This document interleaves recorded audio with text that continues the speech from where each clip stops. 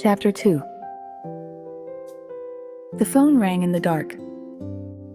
The harsh vibration against the nightstand broke through the dark room. Veronica startled and reached for her phone. A new message glowed on the screen. "Looking forward to your arrival, sweetie." It was from Victoria, Eric's aunt. Veronica stared at the words, and something tightened in her throat. The message was warm, but it only made Eric's silence hurt more. There were no texts or missed calls from Eric asking whether her fever had broken. No quiet message to see how she was doing. Only the cold, echoing memory of his question from the night before. She let the phone fall onto the mattress and closed her eyes for a moment. For 10 straight days, she had pushed herself through work, telling herself this morning would feel different. It didn't. She closed her eyes and rubbed her temples.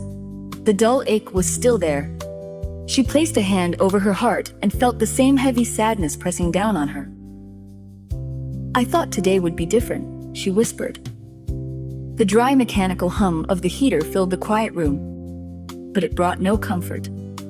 She pulled the blanket tighter around her shoulders, yet the chill stayed with her. She knew it was not just the room.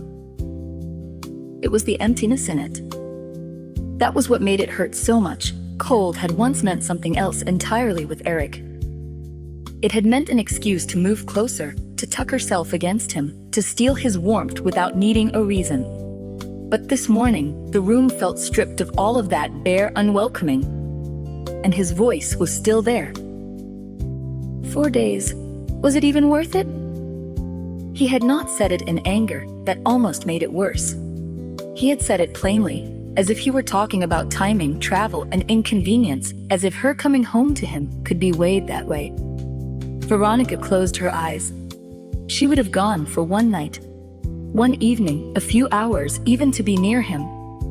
Just to fall asleep beside him and wake up knowing she had been there. That was all she had wanted. But what stayed with her now was not only what he had said. It was everything missing around the words, no warmth nor pull. There was no quiet gladness that she was trying to come back to him. That silence had followed her into sleep. It was waiting for her again, the moment she woke. Then the alarm started ringing. Veronica had forgotten to turn it off. She let it ring. It was her day off, the first one after 10 straight days at the hospital. She should have felt relieved. Instead, she lay there staring at the ceiling, already tired of being awake. Veronica rubbed her throat and closed her eyes for a moment. The room was so dry. Even the air felt thin against her skin. And for a second, that dryness pulled her somewhere else. Back to those winter nights in their apartment, when the air felt just as dry, and Eric always noticed before she said a word. He would get up to fill the humidifier, and somehow even that small, ordinary thing turned into a moment between them. She could see him now, standing across the room with the water chamber in his hand, glancing at her with that look he got when he was about to do something playful. Then he tilted the nozzle and sent the tiniest cold spray across her bare arm. Veronica had gasped and jerked back, shooting him an offended look that only made him laugh. He came to her right away. He did not stay across the room laughing at her. He came straight to her instead. He crossed the room quickly, smiling, already reaching for her, and pulled her in against his chest before the chill could settle. "My bad," he had murmured near her hair, warm now, soft now, as if the whole point had only been to end up holding her. That was the part of him she had loved so deeply. A faint smile touched her lips, before she even realized it was there. For a few quiet seconds, she let herself stay inside the memory. Then the smile began to fade. The dry room came back around her. The heater kept humming, her head still ached. And with that ache came the memory of last night, that one flat question that had gone through her more deeply than he could have known. Was it even worth it for 4 days? Her chest tightened again. For a moment, the warmth of what she had just remembered tried to linger. Then it slipped away little by little, until she was left with the cold room, the silence, and the painful distance between the man who used to cross a room just to gather her into his arms, and the one who now spoke, as if everything had to be weighed in time and effort. Veronica let out a slow, tired breath and turned toward the window. The highway lay beneath a flat gray sky. Old snow sat in hard, dirty piles along the roadside. Everything outside looked as cold as she felt. She closed her eyes again. Another memory rose, slower this time. A corporate gala from a few years earlier. The room had shimmered with glass, soft light, and expensive smiles. People moved from one circle to another as if they belonged there by instinct. But Veronica had never felt easy in rooms like that. She stayed because Eric was there. Then the music slowed. He caught her eye from across the room, and that was enough. Veronica smiled to herself and went to him as if her body already knew the way. The moment his hands settled at her waist, something warm and familiar ran through her. They moved together easily, the way married people do when they have long since stopped thinking about the steps. Her dress brushed against him as they turned. His hand stayed steady at her side. When she lifted her face, she caught the clean, familiar scent of him, and that little rush went through her again. He looked so composed in that suit, so proper, so determined not to give too much away, that mischief rose in her at once. Veronica knew that look of his calm on the surface, holding her just a little more firmly than he needed to, as if that gave nothing away at all. A smile touched her lips. By then, she already knew what she wanted to do. She had been in a teasing mood that night, lighthearted and full of love, and she wanted to steal a kiss, just to watch that shy warmth climb into his face. So while they moved together, she tilted her chin up and tried. Her lips brushed the line of his jaw. In the very next second, he pulled her closer. It was answer enough, and she felt it everywhere. His arm tightened around her waist until only their clothes remained between them. His hold was full and certain, as though he wanted her to feel, without the smallest doubt, how dear she was to him. His breath touched her hair, and the side of her face, warm and close, a little uneven. Veronica's teasing smile softened. She knew him.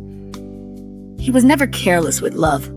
What he felt for her was not something he liked to scatter in front of a room full of people. He held it carefully, almost reverently. And that was why even this quiet answer reached her so deeply. So she let herself rest against him. His hands stayed at her waist, his body curved around hers in that quiet, protective way of his. And she could feel the steady beat of his heart beneath all that outward calm. When she looked up, his eyes met hers with that deep softness she had always trusted. Eric did not need a show. He had his own way of loving her, and in moments like that, she felt cherished down to her bones. They kept moving like that, slow and close. The music seemed to give him permission to hold her a little longer, and Veronica was happy to stay there. Wrapped in his arms, she felt chosen and safe. It was one of those moments that stayed glowing inside her long after the night itself had passed. For years, she carried memories like that. They found their way into her music, and into the quiet courage with which she built her first album. The Girl Within Me. Every lyric held some trace of what he had given her. Not pressure, not control, something far more precious than that. He gave her steadiness. He gave her room to dream. And from that shelter, she created. Now, are those just sweet memories? Veronica asked herself. The strange thing was, Eric had not always carried that weight in him. Before the family business pulled him in, he was different, lighter, easier in his own skin. He still worked hard, sometimes harder than anyone around him, but it sat on him differently then. He did not move through life like a man bracing for impact. He laughed more. He came home with his mind still his own. When he spoke about work, it was usually about people, not power. A client he respected, a staff member he wanted to keep, a problem he wanted to solve without stepping on 3 others to do it. That was Eric. He liked work, that still felt human at the end of the day. That was why Eric's own business had always suited him so naturally. Veronica helped him in it, but the spirit of it was his from the beginning. It reflected the kind of man he was. He valued clear dealing, steady trust, and relationships that could last beyond one transaction. When trouble came, he did not hide behind polished appearances or let others carry the harder part for him. He stepped into it himself. He would rather face discomfort openly and protect himself through quiet manipulation. Veronica had seen that in him early, and it was one of the things she loved most. That was one of the quiet differences that had always lived inside Eric's family. His father, Daryl, as CEO, believed a business had to be held firmly. He trusted structure, control, and keeping a strong hand on things. It was the way he had built the company, and it had brought real results. But Eric's mother, Beth, the vice president of finance, carried herself differently. She paid attention to people. She believed loyalty mattered, trust mattered, and that a company stayed strong when the people inside it felt valued. Eric had always understood that side more naturally. He was not blind to his father's strengths, but his own instinct was closer to his mother's over the years. His parents had disagreed more than once because they were looking at the same company through two different hearts. One leaned toward control, the other leaned toward loyalty. Beth was not the kind of woman who fought for the sake of noise. She was gentle in the way she spoke, careful in the way she carried herself. And that often made people mistake her for someone easy to push aside. Dean did that more than once.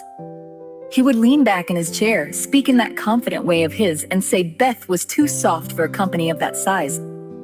Victoria would not always say much at first, but she had a way of supporting him, with a look, a nod, a quiet little comment dropped at the right moment, and Daryl, more often than not, would drift their way. Beth rarely argued for long. That was the part Veronica used to misunderstand. At the time, it sometimes looked as though Beth was giving in. She would let the point pass, offer a small polite smile, and say something like, "Let us discuss something else. I like work-life balance." Then she would move the conversation away so smoothly that anyone watching could almost believe nothing had happened. But over time, Veronica began to wonder if Beth was not retreating at all. Perhaps she was refusing to let certain hands get too close, refusing to give certain people more room inside the family than they already have. There was always something careful in the way Beth dealt with Dean and Victoria. Never rude, never open, just careful. Veronica could never quite tell whether Beth was simply keeping the peace or quietly cutting off paths they were trying to open. But she noticed this much. Beth did not lean into them, the way Daryl sometimes did. She did not invite their influence. She did not encourage their opinions to grow roots. If anything, she seemed to keep them at a polite distance, as though she saw something she preferred not to name aloud. That was why Eric hesitated for so long. It was never because he was afraid of hard work. He simply did not want the kind of life that would place him in constant conflict with his father. Eric had his own life, his own rhythm, and he was happy in it. More than that, he treasured the bond he still had with his father. To him, being his father's son still mattered more than being seen as the heir. Eric knew they thought differently. He knew that once he stepped in, those differences would no longer stay in the background. They would enter daily decisions, daily pressure, and daily friction. And he did not want success to come at the cost of peace between them. If life had left the matter there, he would have gladly remained where he was. But life did not. Beth had always been on top of everything, careful, steady, and fully present in her life. That was why it felt so unreal when, almost before anyone could understand what was happening, she was already in a coma. The whole thing felt wrong from the start. It was too sudden, too sharp, too out of line with the woman they knew. Eric could not make sense of it. Daryl could barely stand under the weight of it. And in the middle of that fear, nothing was clear except one terrible fact. Beth, who had always been one of the steady centers of the family, was now lying silent, unreachable, and gone. Beth's absence left a silence that seemed to spread through everything at once. It settled over the house, over Daryl, and over the company too. She had not only been a wife and a mother, she had been one of the steady hands inside that world. People had leaned on her more than they openly said. Without her there, things no longer held together in quite the same way. Daryl was in no shape to carry it all alone. Beth's loss had gone through him deeply. And even when he tried to stay engaged, the strength was not always there. It was during that period that Dean and Victoria began stepping in more fully. At the time, it seemed like exactly what the family needed. Dean took on more of the company's weight without making a show of it, speaking in a calm, steady way that made it seem as though he wanted nothing more than to help hold things together until Eric and Daryl found their footing again. Victoria was much the same. She was attentive, thoughtful, and quietly present. The kind of person who seemed to notice what people needed before they asked. In those days, both of them appeared less like outsiders entering a vulnerable space and more like family doing what family should do when everything had been shaken. By the time Eric finally said yes, too much had already shifted around him. Dean and Victoria, with all her warmth and care, helped make the whole thing feel less frightening than it might have otherwise. Little by little, they made it easier for Eric to believe he could do this, that he would not be left alone under the full weight of it. And because so much in his family had already been shaken, he stepped forward. After that, life did not break all at once. It changed by degrees. First, it was the hours. Then the tiredness he brought home with him. Then, the way. Even when he was sitting right beside her, some part of him still seemed to be held elsewhere. The bigger company asked for more of him than his own ever had. He was coming home later now. And even when he was back, some part of him still seemed to be carrying the day. Too many evenings were going into dinners and gatherings where he could never really relax. Veronica saw it happening, and because she loved him, she tried to make peace with it. Still, some nights, lying awake beside the space his late return had left empty, her mind would slip back to the man he had been before all this took hold. Before she knew it, her mind had slipped into another evening from those earlier days, back when coming home to each other had still felt simple. On the rare nights she was not trapped at the hospital, Eric would leave his office early on purpose, just to catch that bit of time with her before the day disappeared. They would head out together and make their way slowly toward the park trails, walking without hurry, as if the evening belonged to them. Those walks had their own little rhythm.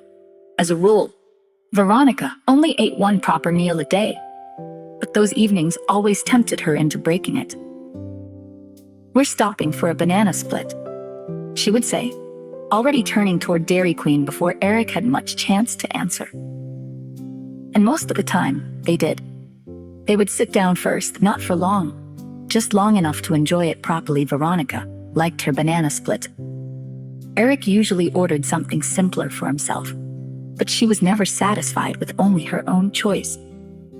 She would taste hers, then lean over and ask for a bite of his too, just to see whose was better.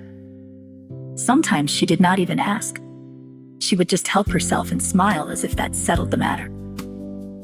Eric would give her that look. The quiet one, half patient, half amused. Then Veronica would start telling him about her day. And once she began, it all came easily. The hospital stories, the odd moments, the things that had worn her out, the things that had made her laugh. Eric would sit beside her and listen with that steady patience of his, as if hearing her was one of the quiet ways he came home to her.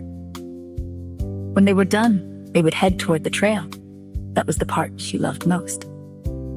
The evening air was soft around them, and they walked slowly with Eric close beside her. Some nights, Veronica would edge a little nearer just because she felt like it. Sometimes she would reach for his hand and try to slip her fingers through his. And every now and then, in that shy way of his, he would gently draw his hand back and mumble that he needed his arms to keep his balance. Veronica would smile and let him pretend. She knew him too well to take the excuse seriously. It was never about balance. It was simply Eric. He was shy when the world could see, careful with affection in the open. But Veronica had never needed a performance from him. He was there. He came home early for her when he could. He sat with her, walked with her, listened to every wandering thought, as though none of it was too small to matter to her. That was love. They would keep walking until the trail opened near the duck pond by the main park, where the little stream ran into the wider water. On their days off, they sometimes stayed there for hours. They would sit by the bank and watch the local kids training in their kayaks and rowboats, the oars dipping in and out with that soft, steady sound that seemed to calm the whole evening. Veronica used to lean into those moments without even thinking. Eric is beside her in the fading light. The water is moving quietly, the feeling that nothing important was missing. That was what home had felt like then. Home had been the warmth of Eric, his nearness, the way he made time for her, the way he came back to her. Now, lying there in the dark, that old warmth rose in her chest, only to break against the memory of his voice from the night before. Was she still walking back into her own place in his life, or only toward rooms that remembered her? The question would not leave her alone. After a while, Veronica reached for the guitar. She needed somewhere to put the ache. Her fingers found the strings almost by instinct, and the thoughts she had been trying to hold back began to take shape. First, as a feeling, then as words, then as something she could finally hear outside herself. It was about something harder to name, the fear that a place could still look like home and no longer feel like it. The fear of walking back in and finding that love had gone formal, careful, polite. The fear of standing inside what used to be yours and feeling, somehow, like a visitor. That was where Veronica focused on. I will add another song to my album. The girl within me, Veronica told herself. This song will be about a woman looking at the miles between herself and the man she still loved, trying to understand whether she was traveling back to her home or only to a memory of it. And slowly, line by line, she began to sing. I look at flights and count the days and wonder if I should. It's not that far, it's just a road that once felt understood. I think about just coming back like I have done before, but something stops my hand tonight when I think of your door. Is it still my home, or just a place I knew? Do I still belong the way I did with you? We built these walls, we made this room. Now I don't know if I still fit with you. I left because I had to go, not turning from our life, but work has taken hold of me and changed my days and nights. I don't wanna walk back in if I don't feel the same. I don't wanna stand inside and feel I'm just a name. Is it still my home, or just a place I knew? Do I still belong the way I did with you? We built these walls, we made this room. Now I don't know if I still fit with you. People cross the longest miles for someone that they love. Just to be beside them is always reason enough. And I won't hold you to a word or something we once knew.